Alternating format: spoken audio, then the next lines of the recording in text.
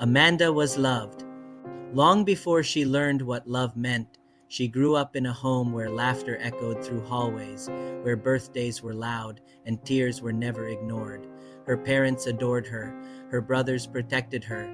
To everyone around her, Amanda was the light of the family, gentle, kind, always smiling.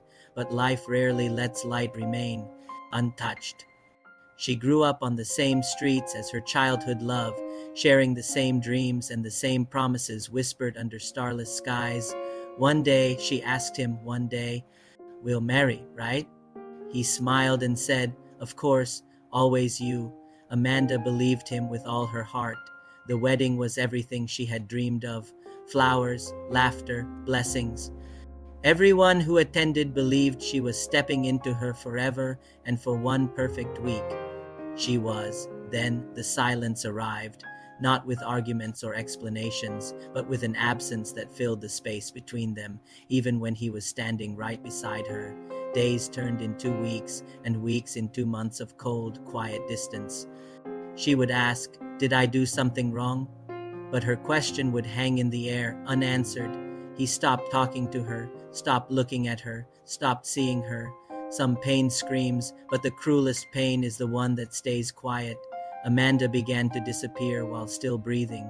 She cried alone, ate alone, and slept beside someone who felt more like a stranger with each passing day. One night, the weight of it all became too much, and she broke, not because she wanted to leave this world, but because she no longer knew how to live in it. Years passed like a slow, draining punishment.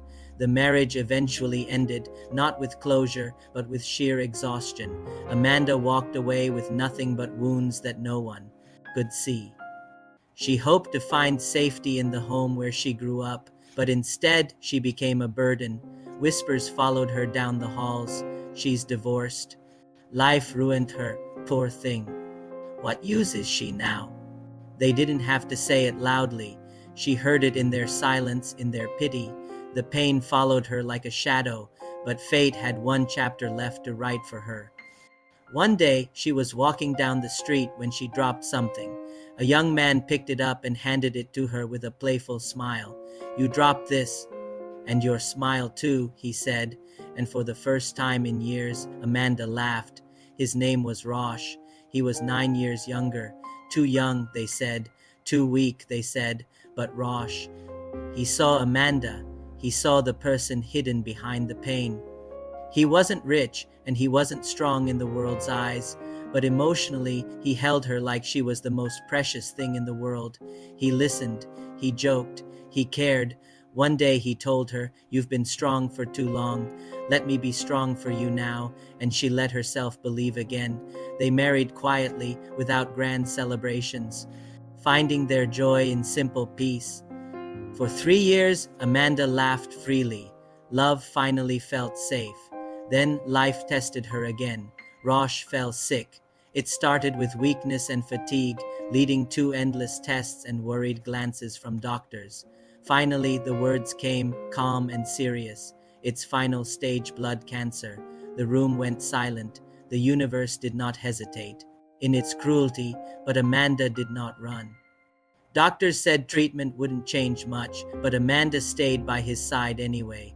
She slept on uncomfortable hospital chairs, missed meals, and prayed endlessly, whispering to him, "Stay, just stay." After 3 weeks, Rosh left quietly. There was no drama, no anger, just a beautiful love ending far too soon. Amanda sat alone.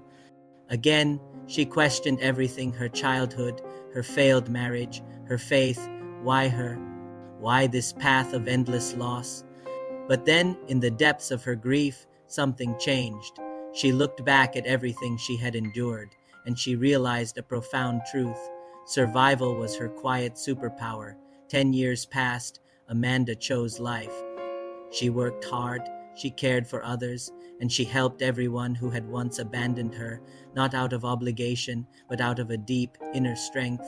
Slowly, people noticed the change. The same brothers who once doubted her now stood beside her, filled with pride.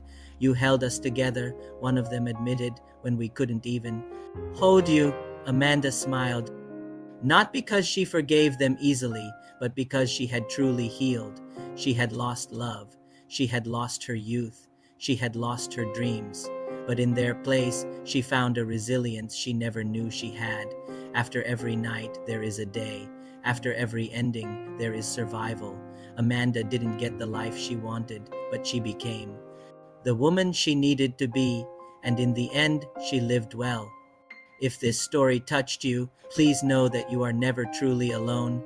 Help is always available. You can find resources in the description below. Thank you for watching.